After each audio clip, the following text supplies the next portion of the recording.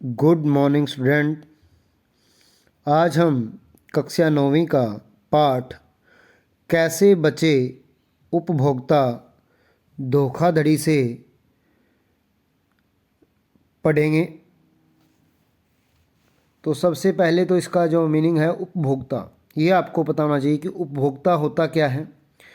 उपभोक्ता का मतलब है कि जो व्यक्ति किसी वस्तु अथवा सेवा को पाने के बदले धन का भुगतान करता है वो उपभोक्ता होता है। यानी किसी वस्तु या सामान का जो खरीदार होता है, जो खरीदने वाला व्यक्ति होता है, जो धन या पैसे देकर खरीदता है, वो होता है उपभोक्ता।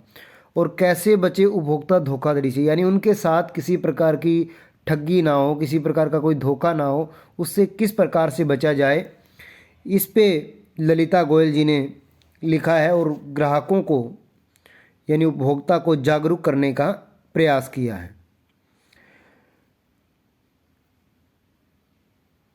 इसमें लेखिका ने उपभोक्ता को उनके अधिकारों के बारे में बताया है।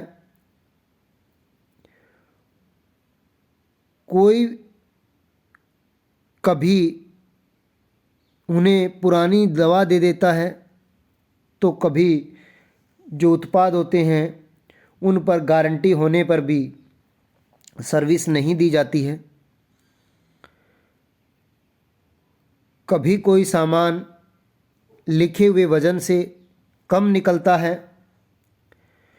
कभी डॉक्टर मरीज़ का इलाज है वो सही नहीं करता है। कोई उन्हें गलत जानकारी देता है और जिसका नुकसान उपभोक्ता को होता है। उपभोक्ता के अधिकारों के संरक्षण के लिए सरकार ने 1986 में उपभोक्ता संरक्षण कानून लागू किया। यह कानून प्रत्येक उपभोक्ता को सुरक्षा, जानकारी, उत्पाद चुनना, शिकायत करना आदि अनेक अधिकार प्रदान करता है। इन अधिकारों को पाने के लिए ग्राहकों को जागरूक होना चाहिए। एक सर्वे के अनुसार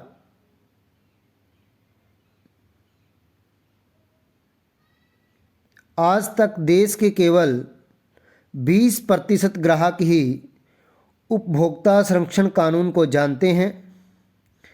केवल 42% ने ही इसे सुना है, जबकि इसके लिए कोई भी उपभोक्ता शिकायत कर सकता है।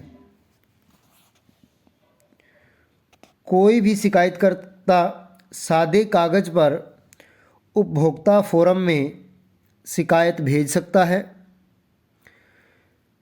20 लाख तक के क्लेम के लिए उपभोक्ता जिला स्तर के आयोग में तथा इससे अधिक राज्य उपभोक्ता संरक्षण आयोग में शिकायत कर सकता है। 1 करोड़ से अधिक क्लेम पाने के लिए राष्ट्रीय उपभोक्ता संरक्षण आयोग में शिकायत की जा सकती है। शिकायत केवल अधिकारों के हनन के 2 वर्ष के अंदर ही हो सकती है। अधिकांश मामलों में जो शिकायत करता होता है उसको वकील करने की भी ज़रूरत नहीं होती। दुकानदार द्वारा उत्पाद पर के लेबल या स्टिकर लगाकर बाजार भाव से ज़्यादा कीमत पर बेचना उपभोक्ता अधिकारों का हनन है। किसी भी सामान को अधिकतम मूल्य से ज़्यादा में बेचना गलत होता है। इसकी शिकायत की जा सकती है। उपभोक्ताओं के अधिकार के हनन के अनेक प्रकार के मामले सामने आते हैं। कई बार एक ही फ्लैट दो दो लोगों को आवंटित कर दिया जाता है। कई बार जो बैंक है वो बिना कारण के खाता बंद कर देता है। इनसे उपभोक्ता केवल जागरूक बनकर ही बच सकते हैं। इसके लिए उपभोक्ता को केवल एगमार्क लोगो वाला ही सामान खरीदना चाहिए। उसका बैच नंबर अवश्य देखना चाहिए। पैकिंग की तारीख, उत्पाद का वजन आदि भी देखना चाहिए। खरीदी गई वस्तु का बिल अवश्य लेना चाहिए।